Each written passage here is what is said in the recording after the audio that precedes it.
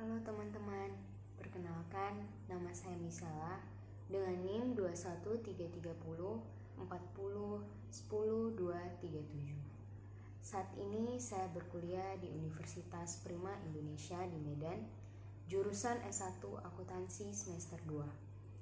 Di video kali ini saya akan menyampaikan materi kedua dengan topik metodologi pengembangan sistem informasi pada mata kuliah Sistem Informasi Akuntansi dengan dosen pengampu Bapak Hotua Samosir. Nah, bagi yang belum melihat topik pertama mengenai konsep dasar Sistem Informasi Akuntansi, bisa langsung ditonton saja di channel ini ya.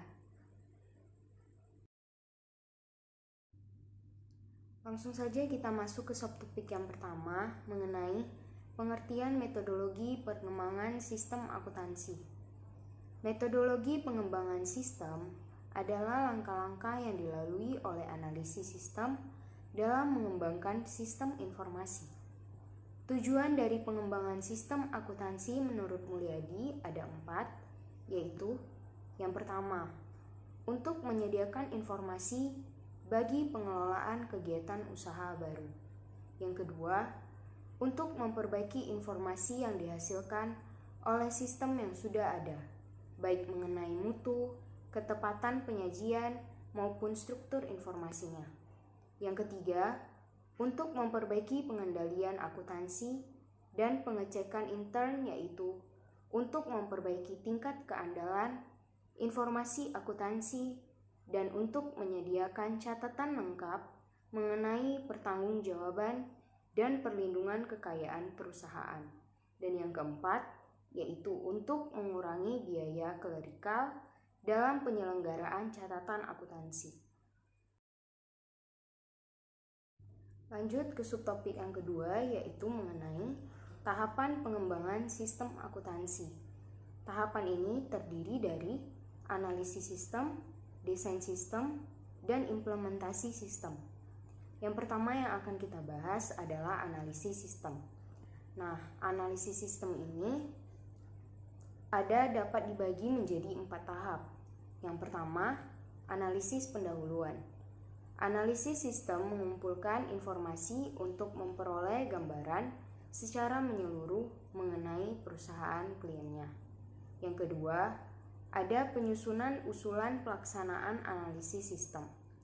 Pelaksanaan analisis sistem direncanakan oleh analis sistem dalam suatu dokumen tertulis yang disebut usulan pelaksanaan analisis sistem. Dalam dokumen usulan pelaksanaan analisis sistem, analis sistem menjelaskan 1. Alasan ringkas dan jelas yang mendasari dilakukannya pengembangan sistem akuntansi. 2. Pernyataan khusus tentang persyaratan kinerja yang diharapkan dari sistem akuntansi yang diusulkan. 3. Batasan luas analisis sistem yang akan dilakukan. 4. Identifikasi informasi yang kemungkinan harus dikumpulkan dalam analis sistem. Yang kelima, identifikasi sumber-sumber potensial yang dapat menyediakan informasi yang diperlukan analisis sistem. Yang keenam, daftar peristiwa besar atau titik-titik pengecekan yang dilakukan untuk pengecekan perkembangan analisis sistem yang dilaksanakan oleh analis sistem. Lanjut tahapan analisis sistem yang ketiga, yaitu pelaksanaan analisis sistem. Pelaksanaan analisis sistem didasarkan pada rencana kerja yang dituangkan dalam usulan pelaksanaan analisis sistem. Contoh langkah yang dilakukan oleh analis sistem dalam melaksanakan analisis sistem. Yang pertama, analisis laporan yang dihasilkan sistem sekarang. Yang kedua, menganalisis transaksi. Yang ketiga, mempelajari catatan pertama yaitu jurnal. Dan yang keempat, mempelajari catatan terakhir yaitu buku besar dan buku pembantu. Lalu tahapan analisis sistem yang keempat yaitu penyusunan laporan hasil analisis sistem. Isi laporan hasil analisis sistem meliputi 1. Pernyataan kembali alasan yang mendasari dan luas analisis sistem yang dilaksanakan oleh analis sistem. Yang kedua, daftar masalah besar yang ditemukan oleh analis sistem. Yang ketiga, suatu pernyataan persyaratan informasi yang diperlukan oleh pemakai informasi. Yang keempat, suatu pernyataan tentang asumsi penting yang dibuat oleh analis sistem selama melaksanakan analisis sistem. Yang kelima, suatu proyeksi sumber daya yang diperlukan serta biaya yang dibutuhkan dalam perancangan sistem akuntansi yang baru. Dan yang keenam, rekomendasi yang bersangkutan dengan sistem yang diusulkan atau persyaratan-persyaratan yang harus dipenuhi oleh sistem yang diusulkan tersebut. Kemudian tahapan pengembangan sistem akuntansi yang kedua yaitu desain sistem. Tahap desain sistem dapat dibagi menjadi 6 tahap, yaitu tahap pertama, desain sistem secara garis besar. Yang kedua, penyusunan usulan desain sistem secara garis besar. Yang ketiga, evaluasi sistem. Yang keempat, penyusunan laporan final desain sistem secara garis besar. Yang kelima, desain sistem secara rinci. Dan yang keenam, penyusunan laporan final desain sistem secara rinci. Lalu tahapan terakhir atau tahapan ketiga yaitu implementasi sistem.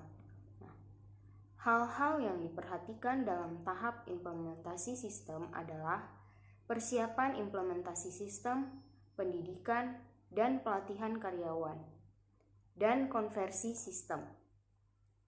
Terdapat 4 pilihan utama pendekatan konversi sistem, yaitu konversi langsung, konversi paralel, konversi modular, dan konversi phase-in.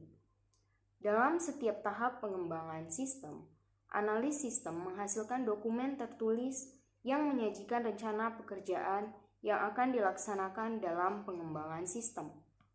Tahap analisis sistem menghasilkan dokumen usulan pelaksanaan analisis sistem dan laporan hasil analisis sistem. Tahap desain sistem menghasilkan dokumen usulan desain sistem secara garis besar, laporan final, desain sistem secara garis besar, dan laporan final desain sistem secara rinci. Dan tahap implementasi sistem menghasilkan laporan final implementasi sistem. Lanjut ke subtopik yang ketiga yaitu teknik dokumentasi sistem.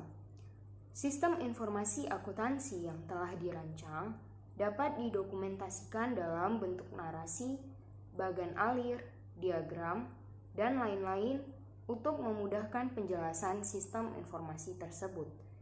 Teknik dokumentasi sistem yang dibahas adalah bagan alir data dan bagan alir dokumen.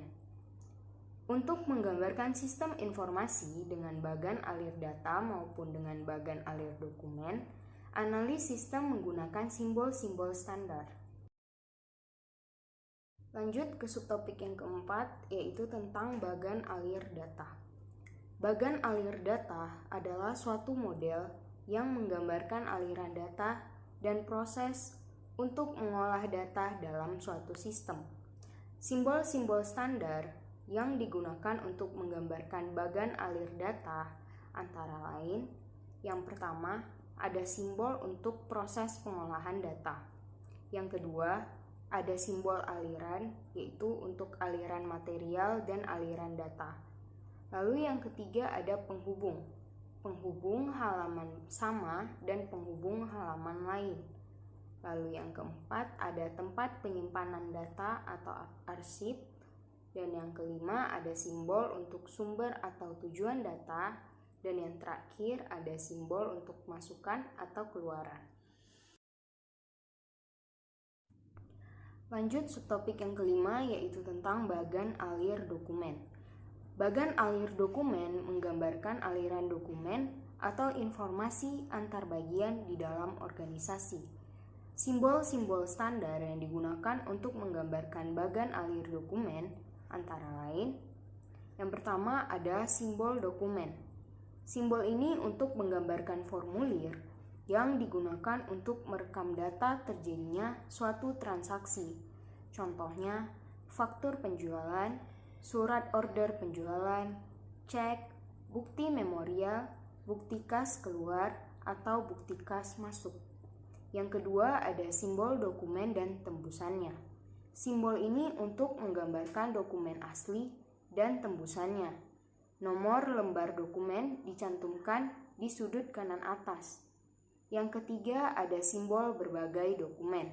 Nah, simbol ini untuk menggambarkan berbagai jenis dokumen yang digabungkan di dalam satu paket. Lalu yang keempat ada simbol catatan.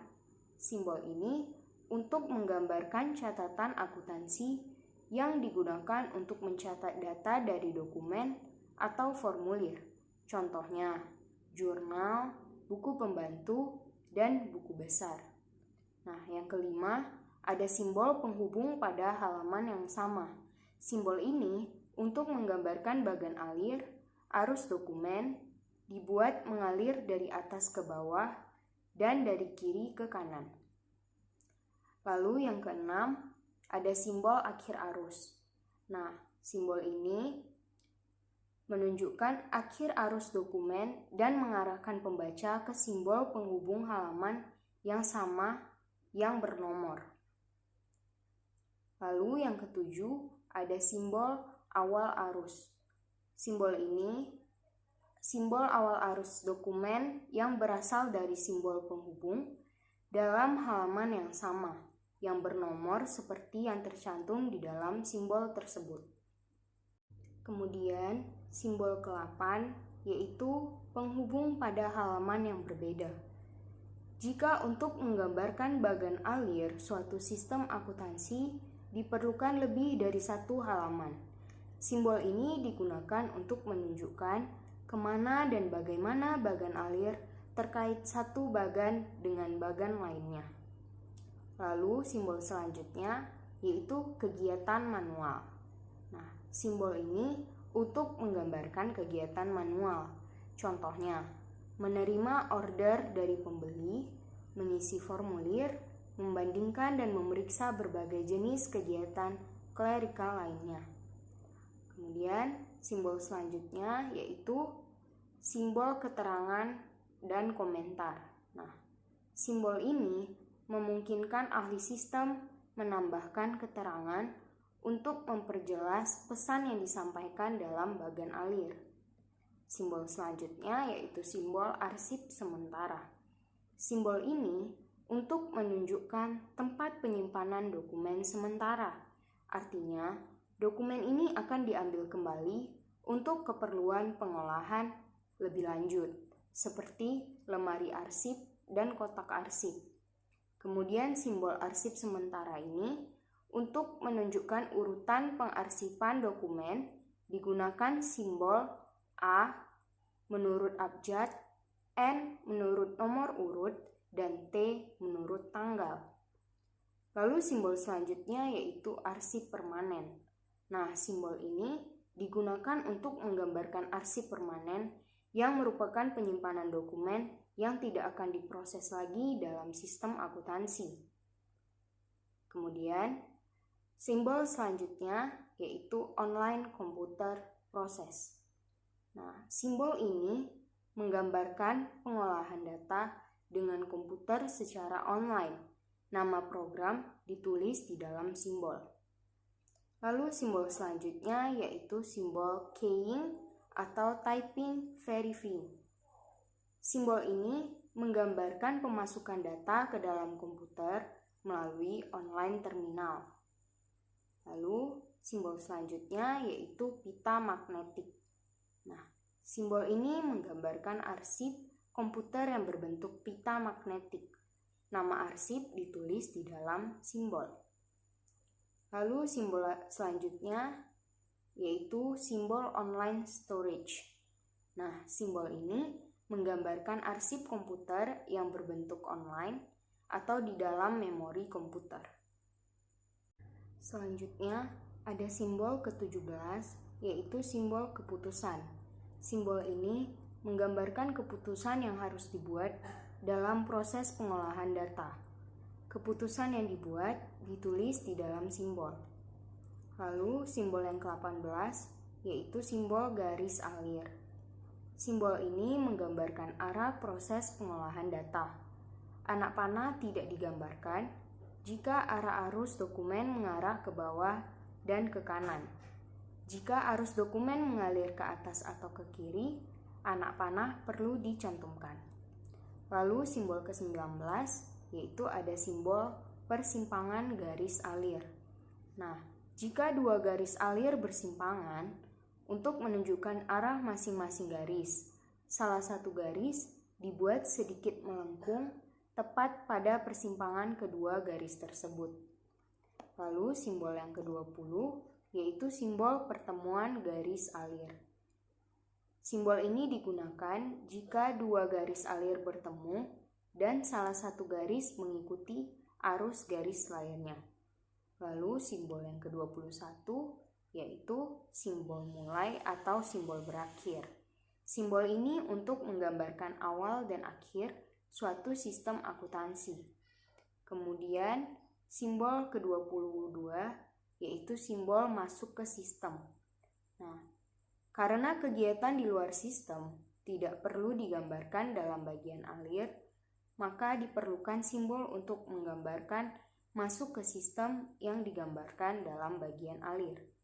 Lalu simbol yang terakhir, yaitu simbol keluar ke sistem lain.